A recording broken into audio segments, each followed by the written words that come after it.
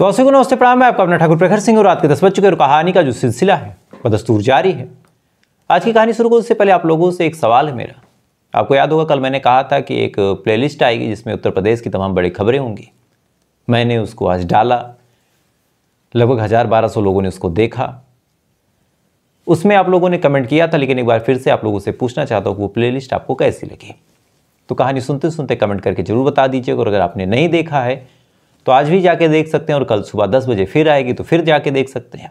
तो ज़रूर देखिएगा और अपना ओपिनियन दीजिएगा। और एक वीडियो एडिटेड आती है उसको भी जाके देखिएगा, इसी चैनल पे, कोई नया चैनल नहीं है। तो कहानी सुनते सुनते ये तमाम चीज़ें आप चेकआउट कर लीजिएगा। अब बढ़ते हैं आज की कहानी के ऊपर। आपको याद होगा कि मेरठ में एक कांड हुआ है। लगभग जो क्राइम की स्टोरियाँ सुनते हैं, क्राइम की कहानियों में इंटरेस्ट रखते हैं, उन तमाम लोगों को इसके बारे में अच्छी खासी जानकारी है कि कैसे मेरठ में एक लड़की अपने पति को बुलाती है, बुलाने के बाद अपने प्रेमी के साथ कत्ल करती है। कत्ल भी साफ है, कुछ छुपा नहीं है, कातिल भी पकड़ा गया, मोटिव भी बड़ा साफ है। लेकिन कुछ सवाल हैं जो आज भी लोग जानने की कोशिश कर रहे हैं। पहला सवाल तो यही कि अगर सब कुछ ठीक था तो कत्ल करने की जरूरत क्या थी, ये लोग तलाक भी ले सकते थे। दूसरा बड़ा सवाल ये है कि क्या साहिल सच में पागल है, सच में तंत्र मंत्र करता है या फिर एक्टिंग कर रहा। और तीसरा और सबसे इंपॉर्टेंट सवाल है कि क्या साहिल और मुस्कान के अलावा क्या और भी लोग शामिल हैं या फिर यही दो लोग थे।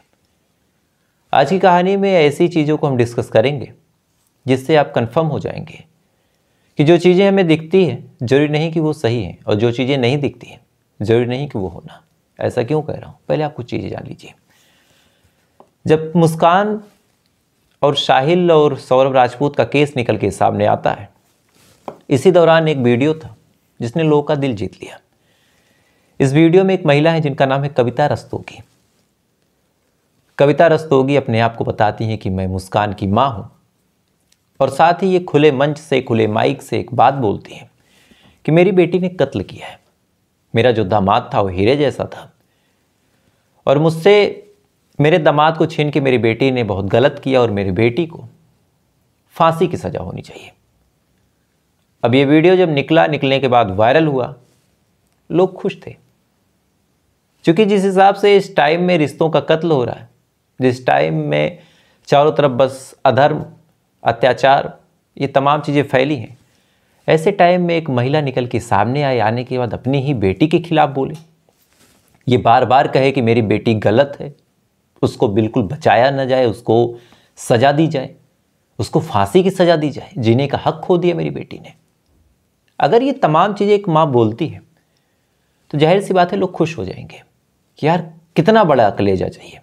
क्योंकि जो माँ होती है, अगर बच्चा 1000 बार गलती करे फिर भी माँ गलती पे पर्दा डालती है। माँ ये कोशिश करती है कि गलती के बारे में किसी को पता न चले, मेरी जो औलाद है वो मुसीबत में आएगी। माँ को नहीं मतलब होता कि मेरा बच्चा गलत है या फिर मेरी बच्ची गलत है, बचाएगी, हर सांस तक बचाएगी। अगर सच में अपने माँ अपने बच्चे के खिलाफ कोई गवाह बनती है, कोई बयान देती है, बड़ा कलेजा चाहिए। इस वजह से लोग इस महिला के काफ़ी मुरीद हुए। लेकिन इसी दौरान फिर दोनों पक्षों का इंटरव्यू चालू हुआ। एक शख्स है जिनका नाम है बबलू उर्फ संजय, और ये मरने वाले सौरभ राजपूत के भाई हैं। इनसे भी पूछा गया और बहन से भी पूछा गया, सौरभ राजपूत के। जब दोनों से पूछा गया तब दोनों ने कुछ अलग चीज़ें बोली। सबसे पहले भाई ने कहा कि जो मुस्कान है उसका चरित्र बड़ा गंदा है। मुस्कान इससे पहले भी एक लड़के के साथ भाग चुकी थी, गाजियाबाद गई थी, 8वीं पास है, इससे ज़्यादा वो पढ़ी नहीं, 9वीं फेल है। हीरोइन बनने का सपना था, इस वजह से उस सपने को साकार करने के लिए एक बार वो भाग गई थी। फिर जैसे तैसे करके वापस आई। उसके बाद उसने सौरभ को अपने जाल में फंसाया। फंसाने के बाद सौरभ ने कहा था कि मैं मर्चेंट नेवी में हूँ, इस वजह से सौरभ के काफ़ी करीब रही। घर परिवार के खिलाफ जाके सौरभ ने शादी की। उसके बाद फिर वो चला गया लंदन कमाने। इस दौरान जो भी वो पैसे कमाता था, उस पैसे पे माँ यानी मुस्कान की माँ और बेटी यानी मुस्कान दोनों ऐश करती थी। लाखों रुपए सौरभ ने मुस्कान के खाते में डाले और लाखों रुपए मुस्कान की मां यानी कविता रस्तोगी के खाते में डाले। अब ये बात जब निकल के सामने आई और ये आरोप इतना गहरा था, शुरुआत में तमाम लोग जो लड़के का भाई है यानी सौरभ राजपूत का भाई बबलू, उसको ही गाली देने लगे। मैं कमेंट चेक कर रहा था, उस पर उन्होंने कहा कि यार एक आदमी इतना स्वार्थी कैसे हो सकता है कि उसके भाई की मौत हुई, उसके भाई की डेथ हुई और हर एक मोमेंट वो पैसे पैसे पैसे की बात करता है। ये भी कहने लगे कि यार देखो वो महिला बेचारी रो के अपनी बिटिया के लिए सजा की डिमांड कर रही, इधर एक भाई है जो लगातार पैसे की बात कर रहा। अगर इतना ही भाई से प्यार था तो अपने भाई को अपने पास क्यों नहीं रखा, अपने भाई को 20-22 साल की उम्र में इस कदर छोड़ दिया कि जाओ अपनी जिंदगी चलाओ। पब्लिक है, पब्लिक का सेंटीमेंट किधर भी हो सकता है। लोगों ने ये कहना चालू कर दिया, लोगों ने ट्रोल किया, लोगों ने कमेंट सेक्शन में गालियां भी दी कि एक ऐसा आदमी जो भाई के मरने के बाद भी लगातार पैसे की बात कर रहा, और अगर अपने भाई से इसको इतना ही लगा होता तो भाई को अपने पास क्यों नहीं रखा, मरे इतने दिन हो गए उसने खोज खबर क्यों नहीं ली। तमाम पब्लिक के दिमाग में जो सवाल थे वो दागा। इधर इस कविता रस्तोगी से सिंपैथी भी थी, लेकिन फिर कुछ चीज़ें और निकल के सामने आई। फिर भाई का इंटरव्यू हुआ, चूंकि मीडिया को मसाला मिल गया कि यहाँ तो ओपिनियन बदल रहे हैं। इस बार जब इंटरव्यू हुआ तो भाई ने एक लाइन और बोली। भाई ने कहा कि पहली बात तो जो वो महिला दावा करते यानी कविता रस्तोगी की मुस्कान को लेके मैं थाने गई थी, ऐसा कुछ नहीं हुआ था। कुछ मजदूर थे जिनको बदबू आए थे और वो मजदूर जाते हैं पुलिस स्टेशन कंप्लेन करने, और वहां से ये पूरा मामला फैला। और जब पूरा मामला फैल गया तो फिर मुस्कान की मां को लगा कि भाई बेटियां तो फंस रही, खुद बच जाओ। अब यहां एक सवाल उठा कि ऐसे कौन सी मां होगी जो ये सोचेगी कि बेटी फंस रही है तो भाई खुद बच जाओ, खुद निकल जाओ। मां तो आखिरी सांस तक बचाएगी। अब ये सवाल जब पूछा गया बबलू से, तब उसने एक लाइन और बोल दी। बबलू ने कहा कि अगर सगी मां होती तो सोचती ना ये तो सौतेली है। यानी कविता रस्तोगी मुस्कान की सगी मां नहीं थी, सौतेली थी। अब आपको पूरी कहानी एक बार सुनाता हूं, तब आप कुछ चीजें समराइज कर पाएंगे।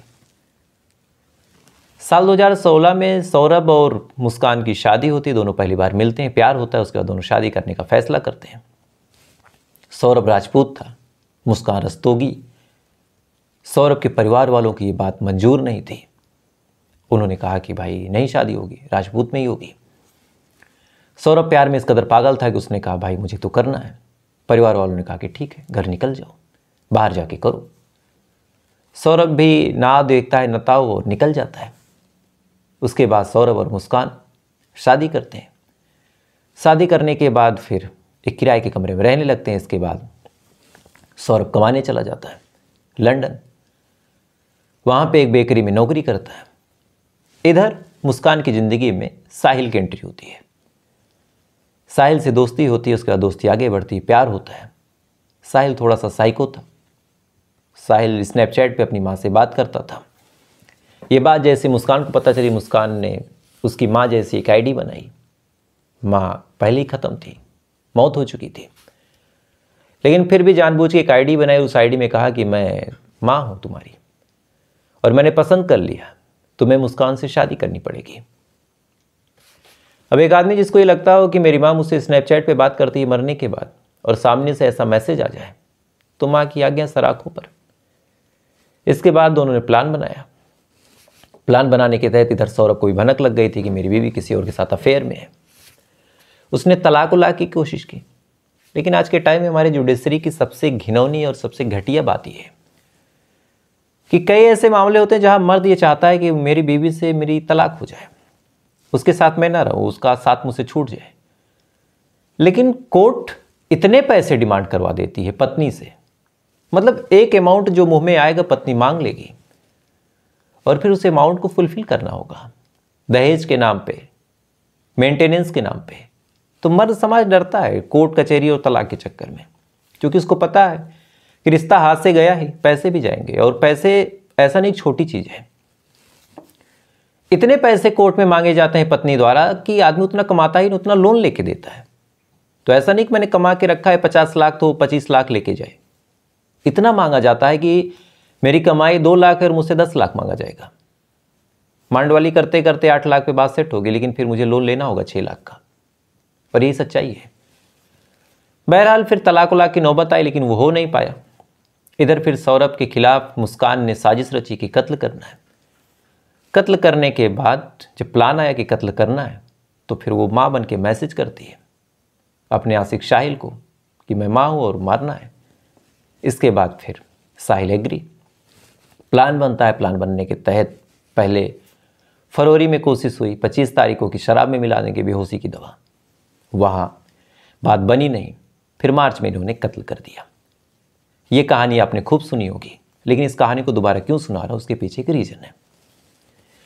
कत्ल करने से पहले ये लोग गए थे, खासकर जो मुस्कान है वो गई थी एक दुकान पे, एक डॉक्टर के शॉप पे। वहाँ उसे कुछ एंग्जाइटी और बेहोशी की दवा लेनी थी। तो उसने वहाँ पे इतनी नेचुरल और इतनी जेन्युइन एक्टिंग की कि डॉक्टर ने वो दवा प्रिस्क्रिप्शन लेटर पे लिख दिया। एक्टिंग सोचिए आप। दूसरी बड़ी बात, ये जो मुस्कान है ये जाते एक शॉप पे, वहाँ उसे नीले वाला ड्रम लेना था। वहाँ वो ड्रम मांगती है। मांगने के बाद दुकानदार पूछता है कि भाई क्या रखना है, क्या पर्पज है, कितना बड़ा चाहिए। इसने कहा गेहूँ रखना है। आमतौर पे जिसको लाश रखना होता है उसके लहजे में हिचकिचाहट आती है। कुछ नहीं आया।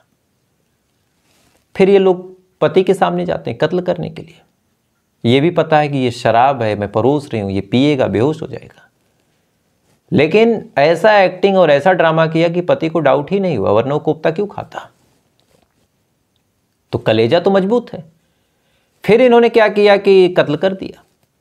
चाकू जहां लेने गए वहां भी सेम एक्टिंग की, कोई जान नहीं पाया। फिर बाकायदा होली खेली, उसके बारे में भी बताया, वो भी कोई नहीं जान पाया। कहीं से कोई डाउट नहीं, रील पढ़ रहे हैं, सब कुछ हो रहा, व्हाट्सएप सोशल मीडिया सब एक्टिव है। इसके बाद जिस ऑटो में घूमने गए, ऑटो वाला भी नहीं जान पाया कि कुछ घबराहट है या फिर कोई लड़खड़ाहट है। कॉन्फिडेंस में बातचीत। अब ये तमाम चीजें आपको ये बता रहा हूं और ये समझाने की कोशिश कर रहा हूं कि अगर सौरभ राजपूत के भाई की बात सही है या फिर थोड़ा सा आप उस पर विचार करें, तो ये पॉसिबल है कि कोई इस कदर भी एक्टिंग कर सकता है कि आपको उसके ऊपर डाउट ना हो। और ये एग्जाम्पल आप मुस्कान का ही देख सकते हैं कि जिस हिसाब से वो ड्रामा करती रही, जिस हिसाब से वो दुकान वालों से और रिक्शे वाले से बातचीत करती रही, किसी को डाउट नहीं हुआ। तो ये भी चांसेस हैं कि जिस हिसाब से मुस्कान की माँ कह रही कि मेरी बेटी को फांसी हो, मेरी बेटी को फांसी हो, मैं भी वो एक्टिंग कर रही हूँ और किसी को भी डाउट ना हो। ये तो कहानी का एक पहलू था। अब दूसरा पहलू आप सोचिए। कई सारे लोगों के दिमाग में है कि यार साहिल तो कमाता था, यानी सौरभ कमाता था और साहिल के प्यार में ये क्यों पड़ी। तो यहां भी एक बड़ी थ्योरी है। सौरभ ने इतने पैसे इन लोगों को दिए थे, इतने पैसे दिए थे, और जो रिकॉर्ड पे है कि शायद उतने पैसे इनके पूरे खानदान ने नहीं देखे थे। बिटिया 8वीं पास थी, तो कौन सी नौकरी मिल जाती कुछ पता नहीं है। आप खुद सोचिए, 8वीं पास लड़की को कौन नौकरी देगा। दूसरी बड़ी बात, इस लड़की का जो भाई है उसके पास ना कोई जॉब है, ना कोई रोजगार है, कुछ भी नहीं है, कोई बहुत बिजनेस टाइकून नहीं है, लेकिन एप्पल का फ़ोन यूज करता है। तो कहाँ से आया वो पैसे? भी इसी सौरभ ने दिए थे। माँ के अकाउंट में आए दिन पैसे ट्रांसफ़र होते थे। तो जो हीरे जैसे दामाद की थ्योरी थी, वो हीरे जैसे दामाद की थ्योरी यहीं से थी कि पैसा बहुत देता था। अब आपके दिमाग में सवाल आएगा कि क्या इतना पैसा देता था तो फिर साहिल की एंट्री कहाँ से हुई? तो आपको जान के बड़ी हैरानी होगी कि साहिल सौरभ से भी ज़्यादा अमीर था।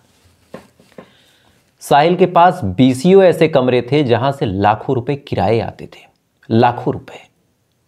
और साहिल इस कदर तंत्र मंत्र में पागल था, इस कदर उसके दिमाग में फोबिया था कि मेरी माँ मुझसे बात करती है, मेरी माँ आज भी मुझसे जुड़ के रहती है। जिसकी माँ मर गई और उसको ये लगे कि स्नैपचैट पे, सोशल मीडिया पे मेरी माँ मुझसे कम्युनिकेट करती है, उसको मूर्ख बनाना कितना मुश्किल होगा आप खुद सोचिए। क्षण भर में आप उसको उसकी माँ की भाषा में बात करके मूर्ख बना सकते हैं। जैसे एक मूवी आई थी डीजे, ध्रुव जगन्नाथ, अल्लू अर्जुन की मूवी थी, काफ़ी हिट हुई। आप उस सीन को थोड़ा सा सीक्वेंस में लीजिए तो ध्रुव जगन्नाथ ने यानी डीजे ने भी उस आदमी को, उस विलन के लड़के को, एमएलए एमपी के लड़के को मूर्ख बनाने के लिए यही टेक्निक यूज की थी कि मेरे पिताजी मुझसे बात करते हैं, और यहां पे वो पागल हो गया, अपने पिता को उसने गोली मार दी। मुस्कान ने भी शुरू से जानबूझ के उसकी मां बन के मैसेज किया कि लड़की बड़ी अच्छी, इसको मत छोड़ो। क्या साहिल की शक्ल से प्यार नहीं था? असली प्यार साहिल के पास आने वाले उन किराओं के पैसे से था। और यही आरोप इनके भाइयों ने लगाया कि लगातार मुस्कान पैसे के पीछे पागल थी, गोल्ड डिगर थी। लगातार मुस्कान बस पैसा पैसा करती थी, फैमिली वाले पैसा लेते थे। नहीं तो एक सभ्य माँ होती और दामाद इतना पैसा देता तो एक कहावत ये भी है, खासकर ये भी हिंदू थी, सनातनी थी। एक कहावत है कि हम बेटी के घर का पानी तक नहीं पीते, और आप लाखों रुपए ले रही थी। और अगर आपकी बिटिया सौतेली है तो फिर ये कहने में क्या हर्ज कि उसको फांसी हो।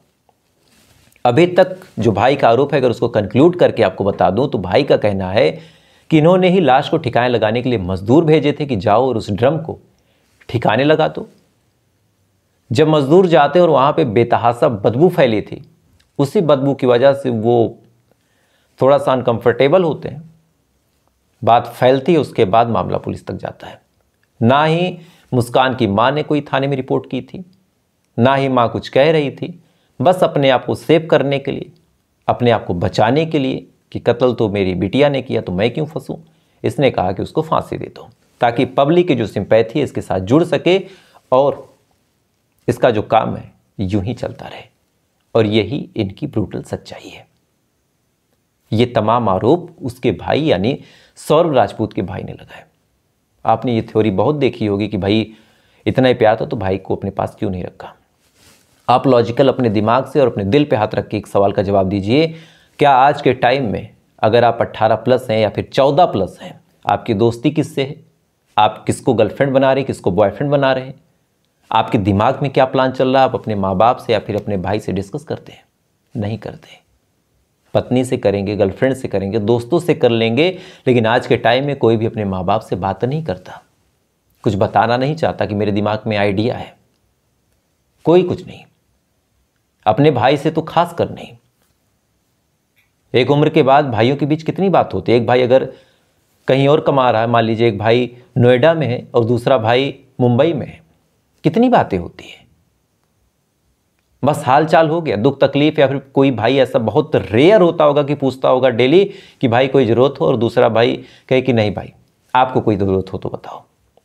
और ये चीज़ें हमारी समाज का एक आईना है। तो ये जज करना कि भाइयों के बीच बात क्यों नहीं थी, नहीं होती, अच्छे खासे परिवार में नहीं होती आज के टाइम में। इसी वजह से तो इस देश में, इस दुनिया में इतने अनर्थ हैं। माँ बाप से किसकी रेगुलर बात होती है? बात भी हुई तो हाँ मम्मी ठीक है, पापा ठीक है। असल ज़िंदगी में क्या चल रहा, कौन बताता है कि आज मेरी पत्नी के साथ मेरे ताल्लुकात गड़बड़ है, मेरी लड़ाई हुई है।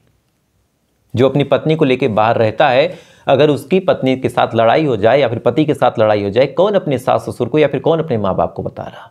शर्म लगती, बेइज्जती महसूस होती, लोग नहीं बताते, कवर कर लेते हैं। उनको क्या पता कि पत्नियां या फिर पति हमको मार के फेंक देगा एक टाइम बाद। खैर, तो फिलहाल ये थी पूरी कहानी। हमें लगा आज वीडियो के माध्यम से आपसे शेयर करें। इस कहानी के बारे में आपकी क्या राय, कमेंट कीजिएगा। और वीडियो अच्छा लगा हो तो लाइक सब्सक्राइब कर सकते हैं। कल आपसे फिर मुलाकात होगी ऐसी किसी कहानी के साथ, और सुबह 10 बजे उत्तर प्रदेश की बड़ी खबरों के साथ। तब तक आप अच्छे रहिए, खुश रहिए। जय हिंद, जय भारत।